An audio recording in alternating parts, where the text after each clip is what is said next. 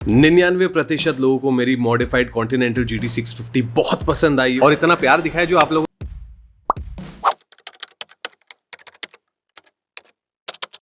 उसके लिए भी बहुत बहुत शुक्रिया। एंड जो 1% जिनको पसंद नहीं आए, मैं कुछ नहीं कर सकता, आई एम सॉरी, सबकी चॉइस अलग होती है। शायद आप कॉन्सेप्ट नहीं समझ पाए, शायद हम दोनों के नहीं, हम लोगों के विचार मैच नहीं होते, but at the end of the day वो क्या कहते हैं मुझे कोई फ़र्क नहीं पड़ता, क्योंकि बचपन में स्कूल में सिखाया था ना, मेजॉरिटी विंस। तो 99% वर्सेस 1%, समझ जाओ खुद ही। तो finally it's time for her to leave. ये रही अपनी GT 650। इसको थोड़ा बहुत बनाया था, थोड़ी चीज़ें डाली थी इसमें, जैसे कि ये हेडलाइट चेंज किया था, इंडिकेटर्स मैंने चेंज किए थे, छोटी मोटी चीज़ें। एंड अब ये जा रही है एक टोटल कंप्लीट मेक ओवर के लिए।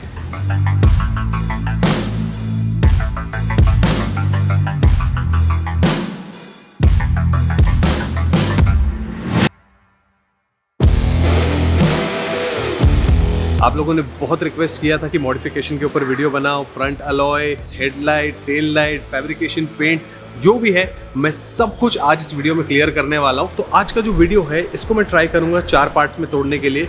एक होगा फैब्रिकेशन वर्क, फैब्रिकेशन के साथ paint, parts, costing. What's up everybody, मेरा नाम है मोहसिन रेखी और आप देख रहे हैं स्पिरिट ऑफ किंसुगी। सॉरी, मेरे पास कोई है नहीं शूट करने के लिए, इसलिए मैं खुद ही आपको बताने वाला हूं हर एक चीज़ क्या क्या है क्या नहीं। पहले तो मैं बता दूं कि ये हेडलाइट जो है, एक्चुअली मुझे समझ में नहीं आ रहा था कि हेडलाइट में लगाऊं तो क्या लगाऊं। एंड ये जो माइनस हेडलाइट है और बाकी सब हेडलाइट्स है, बहुत सारा मार्केट में वही चल रहा था। लेकिन एक दिन गाड़ी में अचानक से जाते जाते मैंने एक बाइक खड़ी देखी, जिसका मुझे समझ में तो आ रहा नहीं था कौन सी बाइक है, लेकिन मैंने उसका एक फ़ोटो खींच के आकाश कामले को भेजा। मैं बोला, भाई ये जो लाइट है बढ़िया इंटरेस्टिंग लग रही है, ये कौन से बाइक की है? और उसने कहा कि ये यामाहा FZX की है। तब जाके हमने डिसाइड किया कि ये लगाएंगे, क्योंकि ये DRLs के साथ बहुत अच्छा लगेगा। इनफैक्ट जो ओरिजिनल है उस पर इतना जस्टिस नहीं करता है ये, बट मेरे ख्याल से इस फेयरिंग के साथ ये बहुत अच्छी लग रही है। तो अगर इसके कॉस्टिंग की बात करूँ, ये 13,500 की लाइट आती है कंपनी से ओरिजिनल।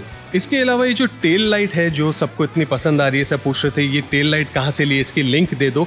तो भाई इसकी लिंक मैं आपको दे दूँ, लेकिन ये इंडिया में आपको लिंक से नहीं मिलेगी, ये चाइना से, अमेरिका से मंगाना पड़ेगा, क्योंकि ये एक्चुअल में ये है बेनेली लिएनचिनो 500 की टेल लाइट। मैंने भी एक्चुअली ये किसी और के वीडियो में देखा था, एक्चुअली कोई इंटरनेशनल बाइक कोई कैफे रेसर बना रहा था, एंड मैंने लाइट देखा और मुझे बहुत पसंद आ गई। मैंने बोला कि अब लगाएंगे तो यही लाइट लगाएंगे, क्योंकि आगे का DRL है और इसमें भी DRL है रनिंग, जो बहुत बढ़िया लगता है रात के वक्त। अब आप लोगों को पता ही है कि ये जो है साइड मिरर हमने रॉयल एनफील्ड का नहीं लगाया, ये मैंने बैंडिडो पिट स्टॉप करके वेबसाइट है उनसे मंगाया था। ये मुझे 2800 का पड़ा था।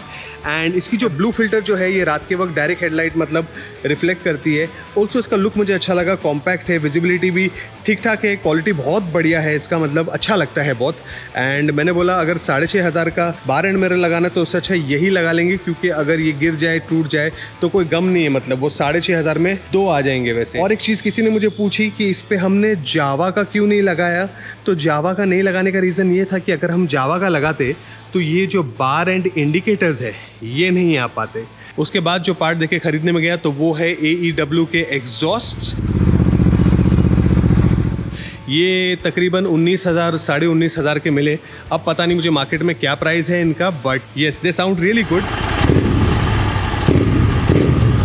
रेड रूस्टर में या गुड सेवक नहीं लिया हूँ, क्योंकि मुझे लाउड एग्जॉस्ट बिल्कुल पसंद नहीं है। सबका अपना पर्सनल चॉइस रहता है, but I like the sound of the AEW। Subtle है, अच्छा है, एंड सुनने में बढ़िया लगता है। उसके अलावा जो और एक पार्ट जो हमें खरीदना पड़ा था वो था अलॉय।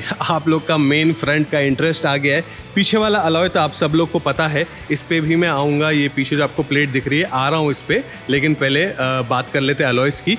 आगे और पीछे जो है दोनों भी हंटर 350 के अलॉयज है। अब बहुत सारे लोगों ने रेयर में अलॉय लगाया है हंटर 350 का, डायरेक्ट फिट है, लेकिन फ्रंट का जो है वो डायरेक्ट फिट नहीं है, इसीलिए हमें थोड़ा कारीगरी करनी पड़ी इस पर। वो क्या है मैं आपको थोड़े टाइम में बताऊंगा जब मैं फैब्रिकेशन पर आऊँगा। तो ये फ्रंट अलॉय, पीछे का अलॉय मेरे ख्याल से 7,000 8,000 तो तकरीबन 15,000 के करीब अलॉयस पड़ गए। और उसके साथ क्योंकि ये 17 इंच के हमें टायर्स भी चेंज करने पड़े थे। अपोलो अल्फा H1 का आगे का टायर ये 110 है मेरे ख्याल से, और ये 150 है। अब ये दिखने में कंसोल तो बहुत सिंपल लग रहा होगा, आपको समझ में नहीं आ रहा होगा इधर क्या है क्या नहीं, लेकिन मैं बता दूं कि इधर 2 चीज़ें अलग है। पहले तो आप सोच रहे होंगे कि ये मोबाइल होल्डर का जो सेंटर ये है ये कैसे लगा हुआ है।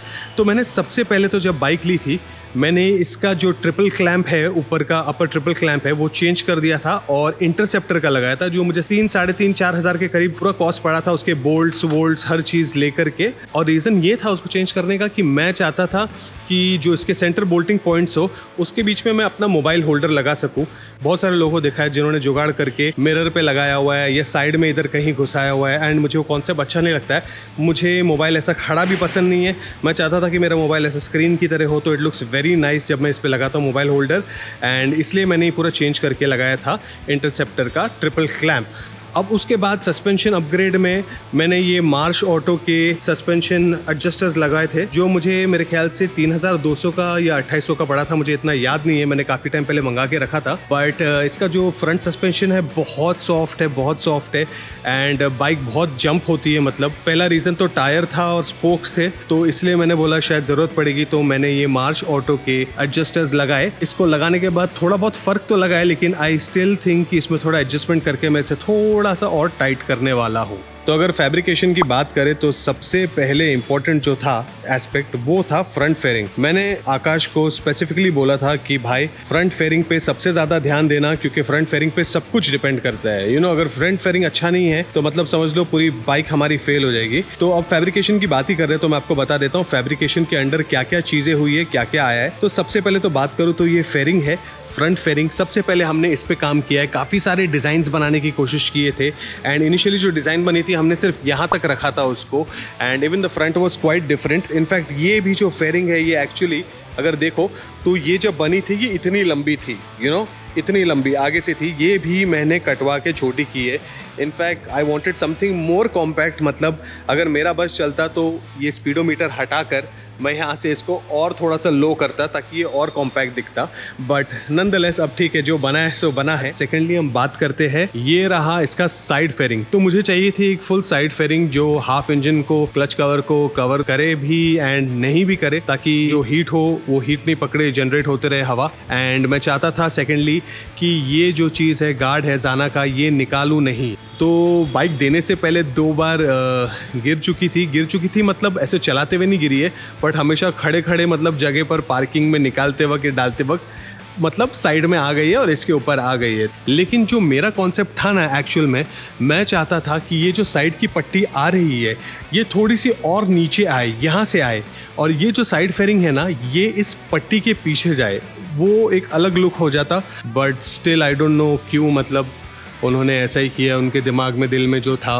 वो कर दिया उन्होंने। तो जो सब पूछ रहे थे, ये जो है ये मून डिस्क है, एंड ये बहुत क्लासी लगता है, मोटो जीपी स्टाइल्स में बहुत लगाते हैं लोग, मुझे भी बहुत अच्छा लगा था इनफैक्ट। एंड मैंने डिसाइड किया था कि ये लगाएंगे। स्पेशली मैंने बोला था कि इसको वेल्ड नहीं करना, कुछ नहीं करना, ये सीधा बोल्ट ऑन हो जानी चाहिए, एंड उसी तरीके से हमने इसको बिल्ड किया है ताकि ये आराम से निकल भी पाए जब निकालना चाहे हम। मेरे दिमाग में था कि इसको भी गोल्ड करूँ, लेकिन आकाश ने बोला कि नहीं, इसको ब्लैक ही रहने दो वरना बहुत ज़्यादा ओवर द टॉप लगेगा, तो हमने इसको ब्लैक ही रखा है। उसके अलावा मुझे मालूम था कि अब सब पीछे से हट ही गया है, मड फ्लैप हट गया है, तो बारिश में ये बाइक चला पाएंगे कि नहीं। तो उस हिसाब से मैंने बोला एक रेयर फेंडर बनाना जो मैं शायद निकाल के चलाऊँ एंड बारिश में लगा दूँ, but then it looks beautiful and पीछे का लुक बहुत अच्छा लगता है इससे। तो मैंने इसको कभी निकाला नहीं, आने के बाद it looks very nice, everybody is liked it because बहुत स्लीक है अगर आप देखोगे तो। अब आते हैं इसके बाद नंबर 4 जो था ये काउल। इसकी तो स्टोरी आप लोगों को पता ही है कि ये काउल जो है ये यहाँ तक था और इसे भी मैंने कटवा कर ऊपर तक कर दिया है। Yes, it's a beautiful cowl, और मैं चाह रहा था कि लाइट इंटीग्रेट अंदर हो जाए काउल के। तो लेकिन जब भी मुझे सीट निकालना है, इसका एक इशू है, मुझे ये चारों बोल्ट 2 इस तरफ 2 उस तरफ खोलने पड़ते हैं, काउल निकालना पड़ता है, and then only I can remove the seat. इसके अलावा हमने ये जो पीछे से मडगार्ड निकाला है, ये मडगार्ड निकाल के हमने यहाँ पे वेल्ड की है पट्टी, और इस पट्टी पे सीधा नंबर प्लेट डाला हुआ है, विच लुक्स क्वाइट गुड पीछे से अगर आप देखो तो।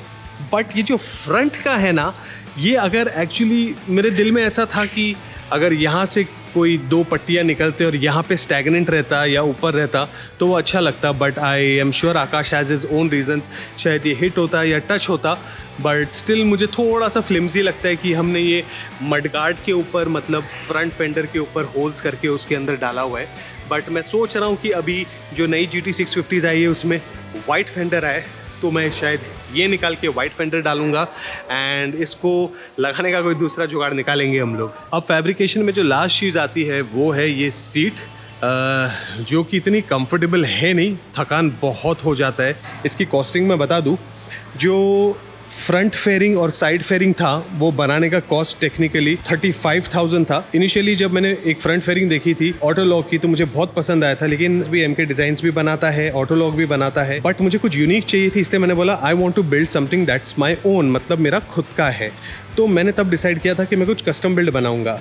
उतने टाइम में मैक्स फेयरिंग करके थाईलैंड में आदमी बनाता है फुल फेयरिंग, मैंने पहली बार फुल फेयरिंग उसकी देखी थी, मैं शेयर कर रहा हूँ, एंड वो देखती मुझे प्यार हो गया था। लेकिन जब मैंने कांटेक्ट किया उसने बोला 35,000 for the entire fairing and shipping का अलग से आपको 15,000 लगेगा। तो वो कॉस्ट 50,000 की मुझे थोड़ी ज़्यादा लगने लगी, लेकिन मुझे लगता है इट्स अ सेफ बेट क्योंकि वो फाइबर में है एंड उसके अपने बेनिफिट्स है। But other than that this is unique, ये ऐसी चीज़ है जो किसी के पास नहीं है, सिर्फ अपने पास है, one and only one piece. तो इसका ये डेफिनेटली मैं इसको बेनिफिट दूंगा। उसके बाद फिर मैंने सोचा कि चलो भाई पीछे का कस्टम काउल भी बनाएंगे, सीट भी बनाएंगे एंड फेंडर भी बनाएंगे और वो मून डिस्क भी लगाएंगे। ये सब कॉस्टिंग मिलाकर उन्होंने मुझे 45,000 का बजट दिया था just to fabricate it and paint it. वो भी उन्होंने कहा कि मैं आपको बहुत डिस्काउंटेड रेट दे रहा हूँ, बट टेक्निकली जो पैसा मेरा लगा है वो कम नहीं है, क्योंकि 45,000 में बेसिकली जब मैंने पूछा था और क्या क्या आप करने वाले हो तो उन्होंने कहा था ऐसा थोड़ी ना भेजेंगे सर, साइड मिरर भी लगाएंगे। तो मैंने कहा था साइड मिरर ख़राब क्वालिटी का नहीं चाहिए, लेकिन फिर भी साइड मिरर मैंने खुद लगवाया।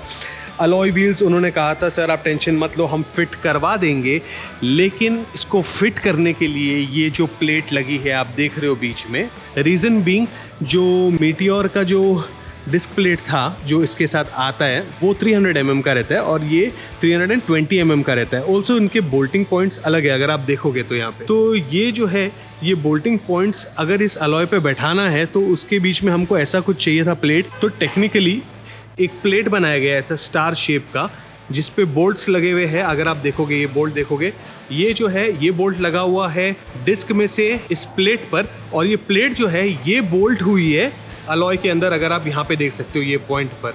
उसके अलावा बुशेस तो है वो कोई भी आपको बना के दे सकता है कस्टम, बट मेन चैलेंज ये था कि ये लगाने के बाद हमारा जो ABS सेंसर है वो चलना बहुत ज़रूरी है, क्योंकि जो ABS सेंसर हंटर 350 में आता है वो ब्रेकिंग सिस्टम के साथ कैलिपर के साथ कुछ आता है, कुछ ऐसा ही है सिस्टम। तो ये एक चैलेंज था, हमने फेस किया कि ABS भी चलाना है हमको, और दूसरा ये था कि स्पीडोमीटर भी हमारा चलना चाहिए। तो these were the 2 main challenges जो हमने फेस किए, बट अकम्प्लिश कर लिया है। उसके अलावा ये प्लेट कभी बात ही नहीं हुई थी, बनने जब गई थी इसका कोई कॉस्टिंग नहीं था, कोई बात नहीं हुई थी, लेकिन बाइक जाने के बाद उनके पास उन्होंने कहा कि ये जो प्लेट है सर आपको 6,000 की पड़ेगी, CNC में बनेगी एंड एल्यूमिनियम 6061 या 606162T की क्या रहता है मेरे ख्याल से वो चाहिए था मुझे।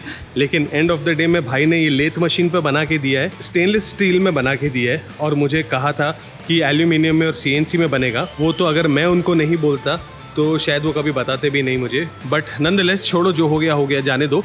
ऑल्सो ये सीट की भी एक कहानी है कि ये सीट का जो कॉस्टिंग था वो 10,000 के अंदर, जो काउल सीट और ये फेंडर और ये था उसके अंदर ये सीट का कॉस्ट भी था। लेकिन जब ये सीट बनाने का टाइम आया ना भाई, तो उन्होंने जो पहली सीट बनाई थी मुझे बिल्कुल पसंद नहीं आई थी। बेसिकली उसका जो शेप था और उसकी जो स्टिचिंग थी और जो कलर कॉम्बिनेशन थी, I don't know, it wasn't looking great. तो मैंने उनको बोला ये भाई अच्छा नहीं लग रहा है, इसको चेंज कर दो। तो भाई ने एंड में मुझसे उसके भी 2,000 अलग से निचोड़े, ये बोलकर कि सर मैंने आपसे कभी कहा ही नहीं था कि मैं आपको सीट बना के दूंगा उसके अंदर, वो तो सिर्फ फर्मा का प्राइस था।